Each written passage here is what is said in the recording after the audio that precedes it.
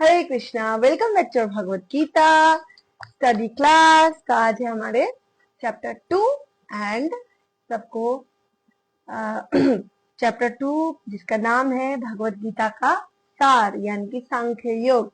Let's start with our गुरु प्रणाम मंत्र। ओम अज्ञान तिमिरांधस्य ज्ञानंजन शलाकया चक्षुरुन्मीलितं येन तस्मै श्रीगुरवे नमः। श्रीचैतन्यमनोभीष्टं स्थापितं येन भूतले स्वयं रूप कदा मह्यं ददाति स्वपदान्तिकम्।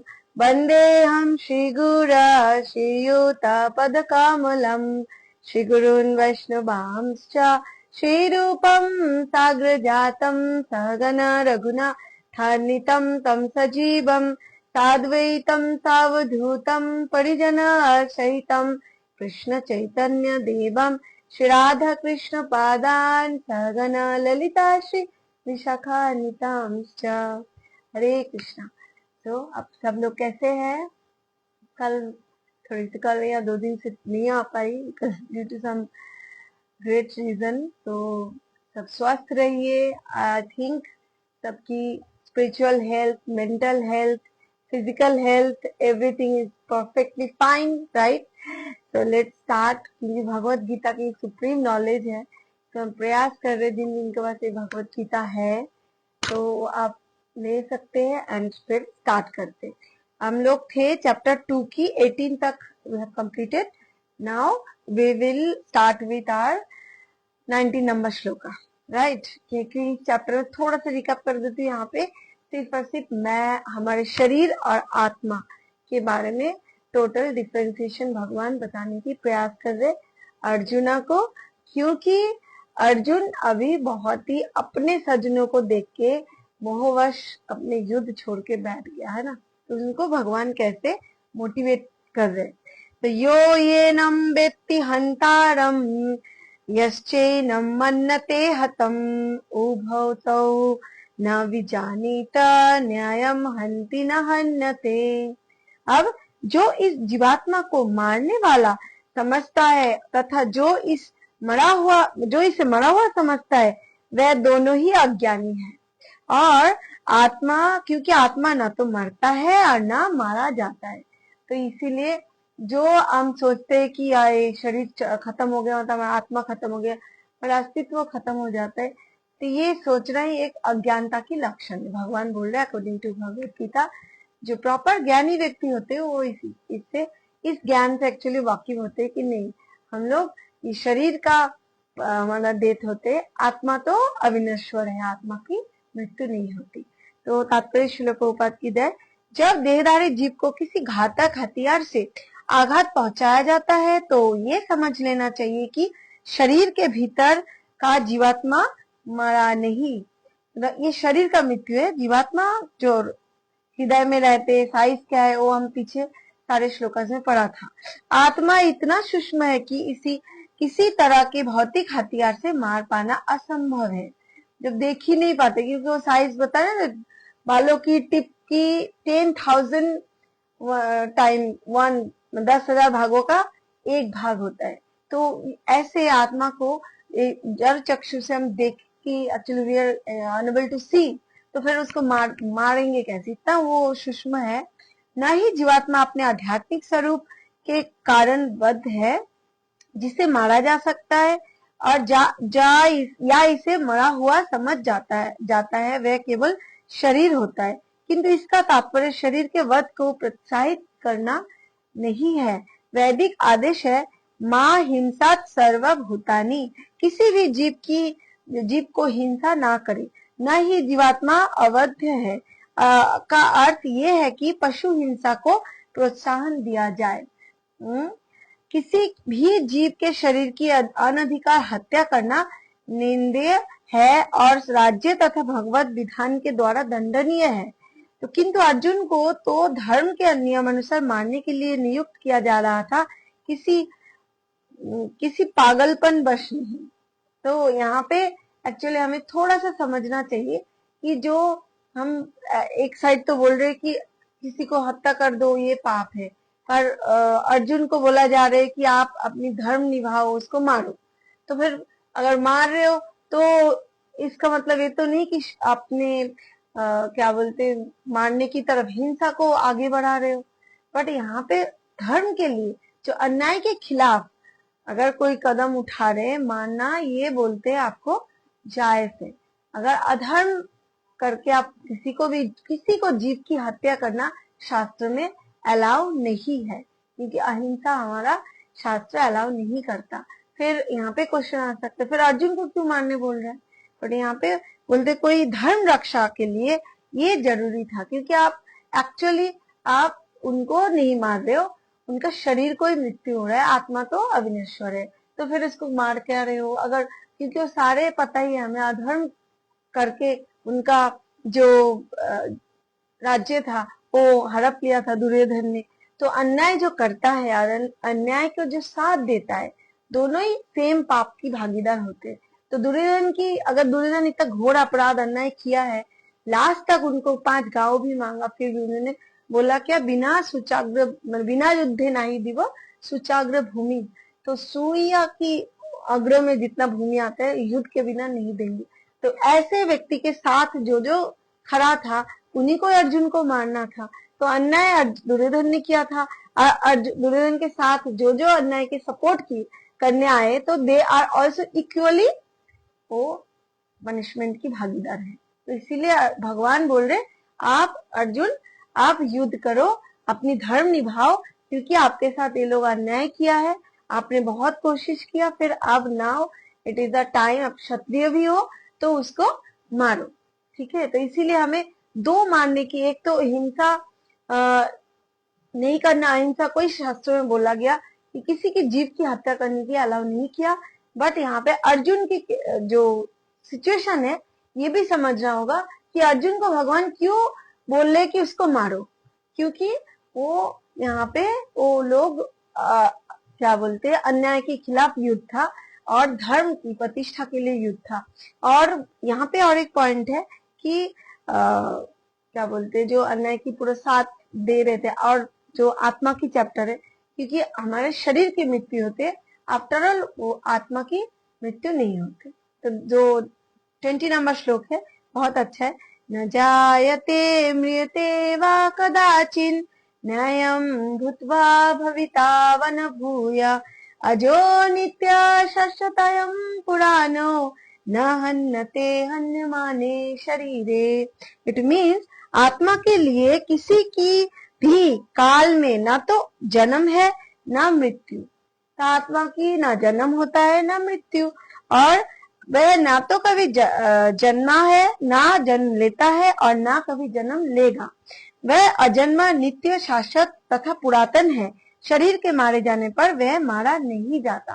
तो भगवान यहाँ पे क्लियरली बोल रहे कि आत्मा की हमारे, क्योंकि एक स्टोरी नहीं है हमें कि जो किसी का एक बच्चा रो रहा है कि मेरी दादी मर गया, दादी मर गया, फिर दादी तो सो रहा है, दादी का क्या बोलता, फिर क्या दादी चले गए बोल के एक बच्चा रो रहा है, बट दादी तो बिल्कुल बेड में सोए हुए, तो उसको शरीर तो यही है, दादी भी यही है, तो गया कौन, वही आत्मा शरीर से चले जाते, तो शरीर के अविनश्वर हो जाते। हमें एक्चुअली ये ये छोटा सा ज्ञान है जो भगवत गीता के अनुसार हमें ये क्लियरली एक्सेप्ट कर लेना चाहिए कि हाँ, कि हमें एक्चुअली ये आश्चर्य लगता है कि हमारा दिमाग ऐसा है ना कि सोचते हैं कि नहीं, आसपास सब लोग की मृत्यु हो रहे, हमें नहीं होगा, हम तो जीवित रहेंगे, है ना। तो उसी हिसाब से हम मृत्यु के लिए एक्चुअली प्रिपेयर नहीं करते। हम लाइफ इंश्योरेंस कराते हैं, हम लोग मेडिकल इंश्योरेंस कराते, सब कुछ करा के अपने आप को सिक्योर करते, बट अपने डेथ के लिए कोई इंश्योरेंस, मतलब डेथ के प्रिपरेशन के लिए कुछ भी करते नहीं। वो क्या है, वो है क्योंकि हमें डेथ सही में सही, मतलब कभी ना कभी तो शरीर छूटेगा, क्योंकि ये कलयुग है, पता ही है, एक एक युग में एक एक एक्चुअली एवरेज आयु लेके हम आते। दिस इज कलयुग। कलयुग में एवरेज 100 ईयर्स, 100 साल से ज्यादा तो कोई जीवित रहता नहीं, क्योंकि अभी भी तो और भी कम हो गया, मैक्सिमम 60 ईयर्स से ज्यादातर लोग नहीं जीवित रहता है। तो कहीं ना कहीं तो छूटना ही है शरीर, तो उसके लिए हमारा प्रिपरेशन क्या है, are you all ready for that.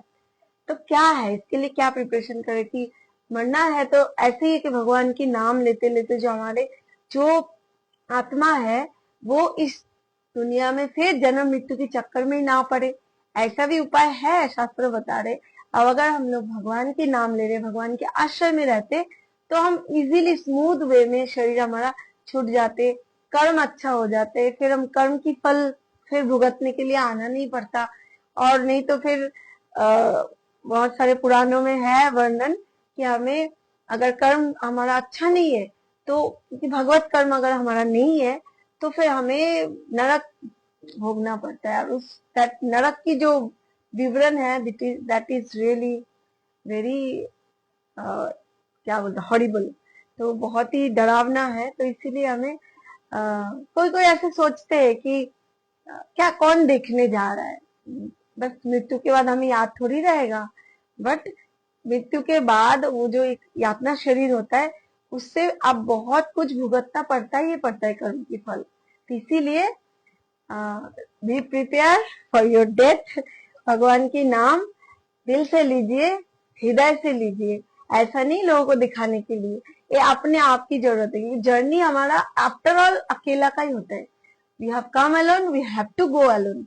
कोई तो हमारे साथ जो सपोर्ट के लिए परिवार है, माता पिता भाई बहन, हस्बैंड वाइफ बच्चे, जो फ्रेंड्स, जो भी रिलेटिव, सब हमारे साथ रहते हैं। बट जब हमारा पेन, हमारा जर्नी के साथ हम सिर्फ अकेले ही, हम खुद ही रहते हैं, राइट। वो खुद कौन है, अपने अंदर झांकना है, देखना है। ये गीता बोल रहे हैं, मैं नहीं बोल रही।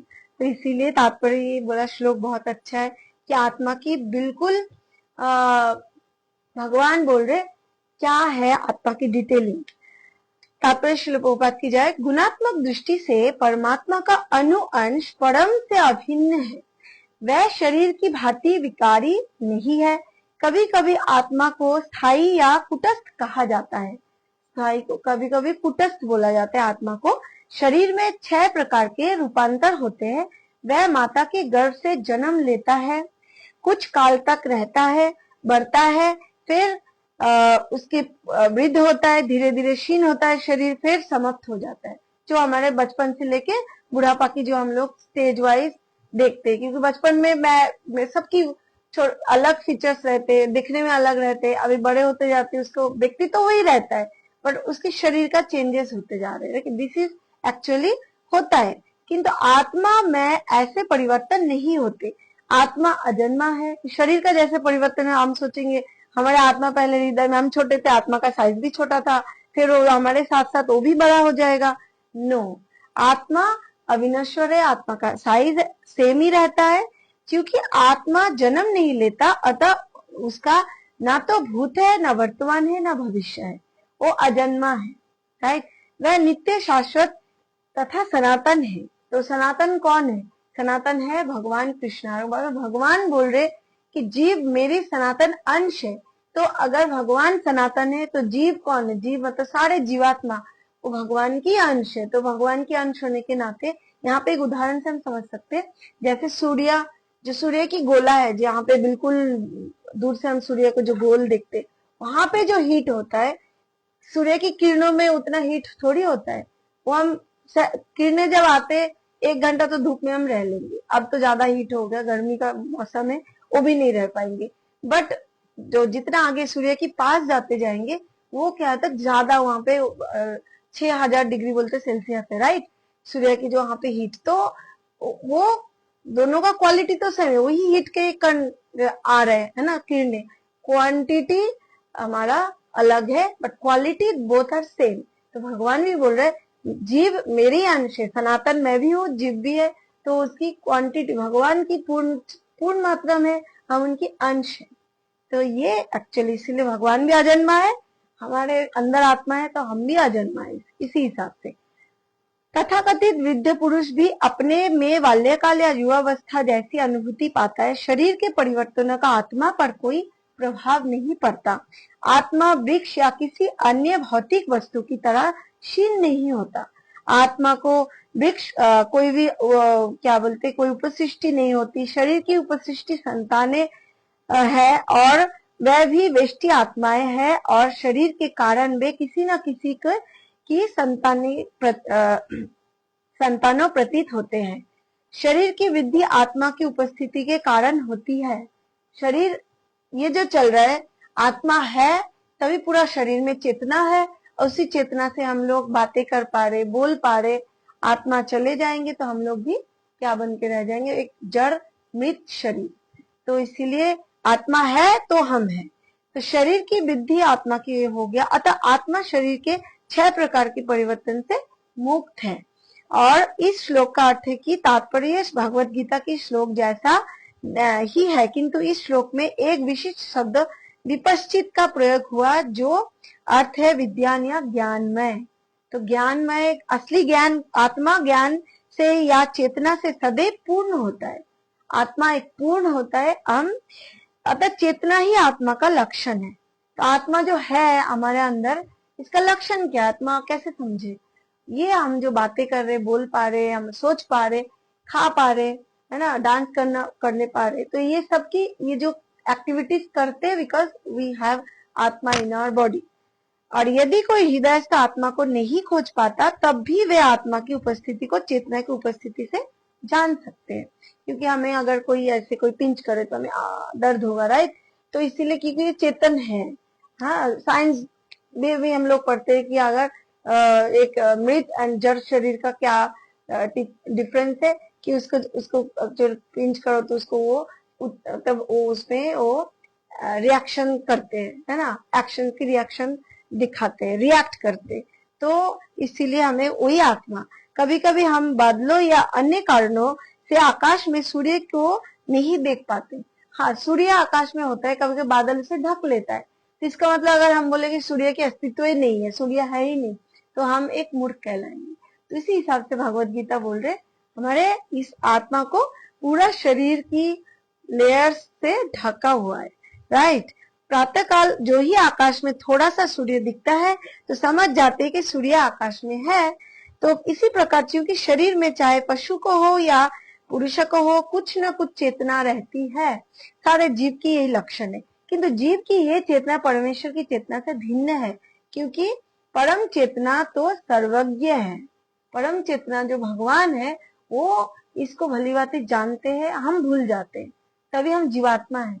परमेश्वर को ऑलवेज याद रहते कि मैं आत्मा हूँ, मुझे किस हिसाब से, मतलब किसी से अटैचमेंट नहीं होना, मोह नहीं रखना, माया में नहीं पड़ना, वो अलर्ट रहते। दैट्स वाई भगवान परम चैतन्य में है। अगर हम लोग को भी ऑलवेज याद रहे, तब भूले ना, तो फिर हम भी उस चेतना की लायक बन जाएंगे। भूत, वर्तमान या भविष्य के ज्ञान से पूर्ण व्यष्टि जीव की चेतना विस्मरणशील है, ये भुलाटाइल, हम भूल जाते हैं। जब वे अपने वास्तविक स्वरूप को भूल जाता है तो ही उसे कृष्ण उपदेश के शिक्षा तथा प्रकाश के बोध प्राप्त होती है, किंतु कृष्ण विस्मरणशील जीव नहीं है। यदि आत्मा के 2 प्रकार है, एक तो अनुआत्मा, एक विभू आत्मा। तो अनुआत्मा क्या है, जो हमारे शरीर में है, जीवात्मा के शरीर में। विभू आत्मा है भगवान, जो एक्चुअली भगवान के शरीर में है ना, परमात्मा। परमात्मा तथा अनुआत्मा दोनों शरीर रूपी उस वृक्ष की जीवों के हृदय में विद्यमान है, और इनमें से जो समस्त इच्छाओं तथा शोक से मुक्त हो चुका है, वही भगवत कृपा से आत्मा की महिमा को समझ सकते हैं। कृष्ण परमात्मा के भी उद्गम है, जैसा कि अगले अध्याय में बताया जाएगा, और अर्जुन अनुआत्मा के समान है, जो अपने वास्तविक स्वरूप को भूल गया है। तभी तो उसको याद दिला रहे भगवान, क्या कर रहे हो अर्जुन, आप इतना अच्छे भक्त हो, इतना ज्ञान है, फिर आप इस टाइम में आपको ज्ञान सारा कहाँ चला गया, है ना? कि अतः उसे कृष्ण द्वारा या उनके प्रामाणिक प्रतिनिधि गुरु द्वारा प्रवृत्त किए जाने की आवश्यकता है।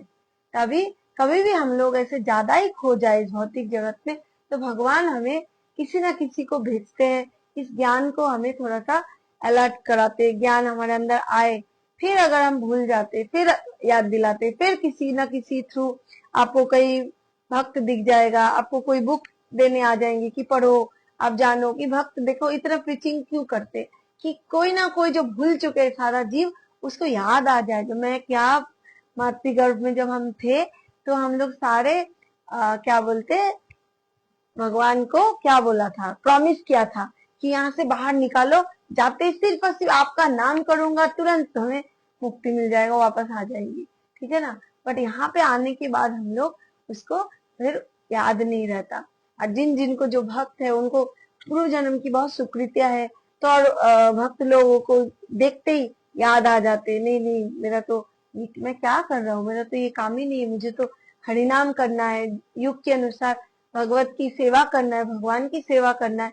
तो ये सब सारे चीज जब याद आ जाता है, फिर हमारा वहां से चरनी शुद्धता की प्रक्रिया स्टार्ट होते है। तो इसीलिए भगवत गीता जो भी हो, ये समझने की विषय है। 20 नंबर श्लोका तक हम लोग हो गया, फिर कल स्टार्ट करेंगे श्लोका नंबर 21 से। तो हमें आई थिंक थोड़ा सा भी प्रयास कर रही हूँ कि भगवत गीता को पढ़े, समझे, और क्या बोलते इसको सिर्फ समझना तक नहीं रखना, इसको हमारा जीवन में अप्लाई भी करना है, राइट। तब इसका एक्चुअली ज्ञान का फ्रूटफुल तभी होगा, क्योंकि हम ज्ञान तो बहुत, भगवान बोल रहे बहुत सारे ज्ञानी हैं। अगर जो आचार्य बोलते, जो टीचर, और खुद सिगरेट खा रहे हो, तो दूसरे स्टूडेंट को अगर बोलते हो कि आप मत खाना, तो वो उस टीचर की कोई वैल्यू है। उसी तरह भगवत गीता की ज्ञान सिर्फ अपना ज्ञान ज्ञान ज्ञान हम लोग भर लेते हैं, लेकिन उस ज्ञान को अपने जीवन में अपनी खुद अप्लाई नहीं करते, खुद इसको टेस्ट नहीं करते, तो फिर उस ज्ञान का भी कोई फायदा नहीं है ना। तो इसीलिए हम ज्ञानी कम बने, हम कर्मी बने, ज्यादा से ज्यादा कर्म में ध्यान दे। भगवान बोल रहे जो कर्म, कर्म क्या है, कर्म है कि जो भगवान के प्रसन्नता के लिए जो कर्म किया जाता है वही कर्म है। किसी को दया, दया, हाँ, जीवे दया नामे रुचि, हमें जीव के ऊपर दया रखना चाहिए और हरि नाम में रुचि होना चाहिए, right. Thank you so much. फिर कल स्टार्ट करते हैं नेक्स्ट 21 नंबर श्लोका से। हरे कृष्ण।